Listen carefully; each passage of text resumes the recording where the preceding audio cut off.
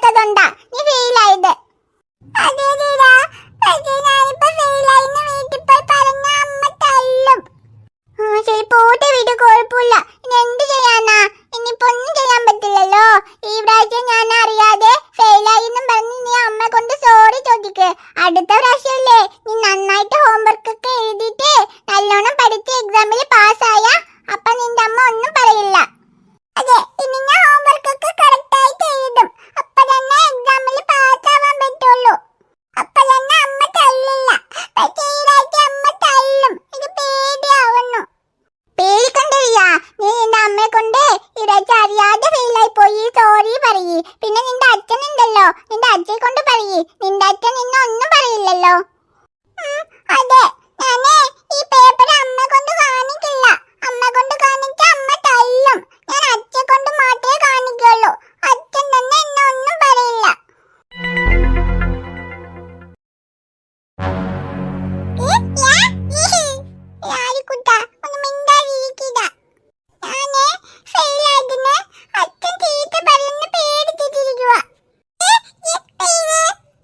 അമ്മൂസേ, എന്താടാ ഇത്?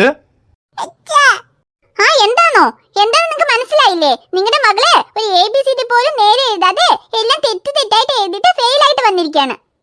എന്താ അമ്മൂസേ ഇത്? ടീച്ചർ എത്ര പ്രാവശ്യം ABCD പറഞ്ഞു തന്നിട്ടുള്ളത്? വീട്ടിലെ അച്ഛൻ എത്ര പ്രാവശ്യം പറഞ്ഞു തന്നത്?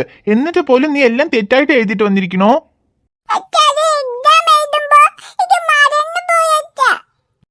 എങ്ങനെ മറക്കാതിരിക്കും? ഇതുപോലെ എക്സാമിന് മറക്കാൻ പാടില്ല എന്ന് പറഞ്ഞിട്ടാണ് ടീച്ചർ എപ്പോഴും ഹോംവർക്ക് തരുന്നത്. ടീച്ചർ തരുന്ന ഹോംവർക്ക് വീട്ടിൽ വന്ന് കറക്റ്റ് ആയിട്ട് എഴുതിയാ അത് എപ്പോഴും മറക്കില്ല, എക്സാമിൽ ഓർമ്മയുണ്ടാവും.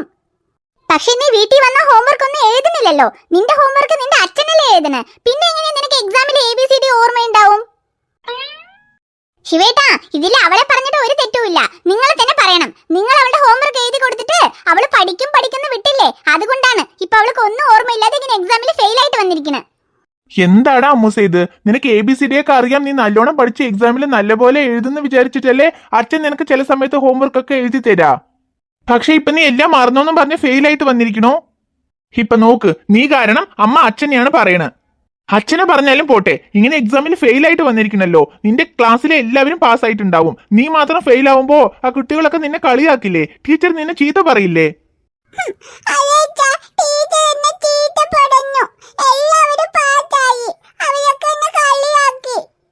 പിന്നെ എങ്ങനെ കളിയാക്കാതിരിക്കും? ഒരു ABCD പോലും നേരെ എഴുതാതെ ഇങ്ങനെ ഫെയിൽ ആയ എല്ലാവരും നിന്നെ കളിയാക്കും. ധീരനൊക്കെ A+ എടുത്തിരിക്കുകയാണ്. അവ എപ്പോഴും ഹോംവർക്ക് ഒക്കെ കറക്റ്റ് ആയിട്ട് എഴുതും. അതുകൊണ്ടാണ് എക്സാമിൽ അവൻ നല്ലപോലെ എഴുതി A+ എടുത്തത്. പക്ഷെ നീ ഹോംവർക്ക് ഒന്നും എഴുതില്ലല്ലോ. അതുകൊണ്ടാണ് നിനക്ക് എക്സാമിൽ എല്ലാം മറന്നുപോയത്. ക്ലാസ്സിലെ എല്ലാവരും പാസ്സായി, നീ മാത്രം ഫെയിൽ ആയത് എത്ര മോശമാണെന്ന് അറിയോ റിയ?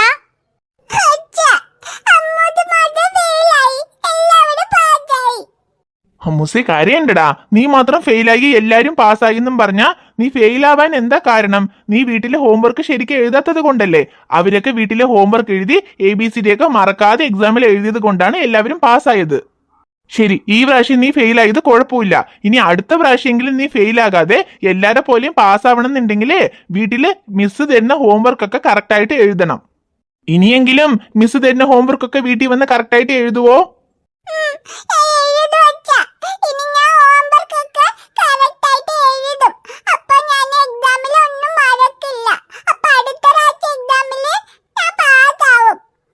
ഇപ്പോഴെങ്കിലും മനസ്സിലായല്ലോ ഹോംവർക്ക് കറക്റ്റ് ആയിട്ട് എഴുതിയാൽ തന്നെ അടുത്ത പ്രാവശ്യം പാസ്സാകാൻ പറ്റുന്നു.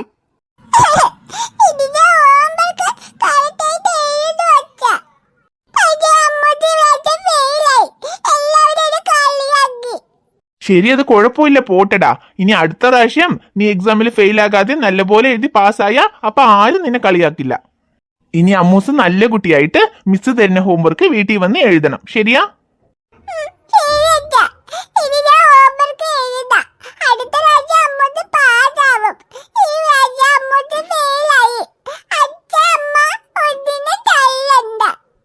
ഇല്ല റിയ, അച്ഛനും അമ്മയും ഉണ്ണിനെ തല്ലില്ല. ഉണ്ണിനെ തല്ലിയിട്ട് എന്താ കാര്യം? ഉണ്ണിക്ക് ഇങ്ങനെ എക്സാമിൽ ഫെയിൽ ആവാൻ പാടില്ല, അതിന് നല്ലോണം പഠിക്കണം, ഹോംവർക്ക് ഒക്കെ കറക്റ്റ് ആയിട്ട് എഴുതണമെന്ന് മനസ്സിലായാ മതി. അമ്മൂസിന് ഇപ്പൊ അത് മനസ്സിലായല്ലോ. ഇനി നല്ലപോലെ ഹോംവർക്ക് ഒക്കെ എഴുതി നല്ലോണം പഠിച്ച് അടുത്ത പ്രാവശ്യം പാസ്സാവുമല്ലോ. പിന്നെന്തിനാണ് അച്ഛനും അമ്മയും ഉണ്ണിനെ തല്ലുന്നത്? അച്ഛനും അമ്മയും ഉണ്ണിനെ തല്ലില്ല. പക്ഷെ അടുത്ത പ്രാവശ്യം നല്ലോണം പഠിച്ച് പാസ്സാവണം കേട്ടോ. ശരി അച്ഛാ, അടുത്ത എക്സാമിൽ അമ്മൂസ് പാസ്സാവും. ശരിയടാ, ഈ പ്രാവശ്യം ഫെയിൽ ആയത് കുഴപ്പമില്ല, പോട്ടെ. അച്ഛൻ മിസ്സിനെ കൊണ്ട് വന്ന് പറയാട്ടോ. ഇനി അടുത്ത പ്രാവശ്യം ഹോംവർക്ക് ഒക്കെ കറക്റ്റായിട്ട് എഴുതി നല്ലപോലെ പഠിച്ച് പാസ്സായാ മതി. നീ കരയണ്ടാട്ടോ. ശരി അച്ഛാ. ഹായ് ഫ്രണ്ട്സ്, ഇത് കണ്ടോ? ഞാൻ ഹോംവർക്ക് ശരിക്കും എഴുതാത്തതുകൊണ്ട് എക്സാമിലെല്ലാം മറന്നു പോയി അമ്മൂസ് ഫെയിലായി. നിങ്ങൾ അമ്മൂസെ പോലെ ഹോംവർക്ക് എഴുതാതെ ഇരിക്കണ്ടട്ടോ. ഹോംവർക്ക് എഴുതിയില്ലെങ്കിലേ എക്സാമിൽ നമുക്കെല്ലാം മറന്നു പോകും. പിന്നെ നമ്മൾ ഫെയിലാവും. അപ്പൊ എല്ലാവരും നമ്മളെ കളിയാക്കും. പക്ഷേ ഇനി അമ്മൂസ് എപ്പോഴും മിസ് തരുന്ന ഹോംവർക്ക് ഒക്കെ കറക്റ്റായിട്ട് എഴുതും, നല്ലോണം പഠിക്കും. അപ്പൊ അടുത്ത പ്രാവശ്യം അമ്മൂസ് എക്സാമിൽ A+ എടുക്കും. അതേപോലെ നിങ്ങളും മിസ് തരുന്ന ഹോംവർക്ക് ഒക്കെ വീട്ടിൽ വന്ന് കറക്റ്റായിട്ട് എഴുതണം. നല്ലോണം പഠിച്ചാൽ തന്നെ എക്സാമിൽ ഒന്നും മറക്കില്ല. അപ്പൊ നിങ്ങളും A+ എടുക്കാൻ പറ്റും. പിന്നെ എക്സാം ഒക്കെ കഴിഞ്ഞില്ലേ? എല്ലാവർക്കും സ്കൂൾ പൂട്ടിയോ? സ്കൂൾ പൂട്ടിയോ എന്താന്ന് കമന്റിൽ പറയണം ട്ടോ. അമ്മൂസിന് സ്കൂൾ പൂട്ടി. ഇനി 2 മാസം അമ്മൂസിന് ലീവാ. പിന്നെ നമുക്ക് 2 മാസം ജോലിയായിട്ട് നമ്മുടെ ഉണ്ണിക്കുട്ടന്റെ കൂടെ കളിക്കാം ട്ടോ. എല്ലാവർക്കും ലീവല്ലേ? എല്ലാരും വേഗം നമ്മുടെ വീഡിയോ കാണാൻ വരണം. അമ്മൂസും ഉണ്ണിക്കുട്ടനും കൂടെ എന്തൊക്കെ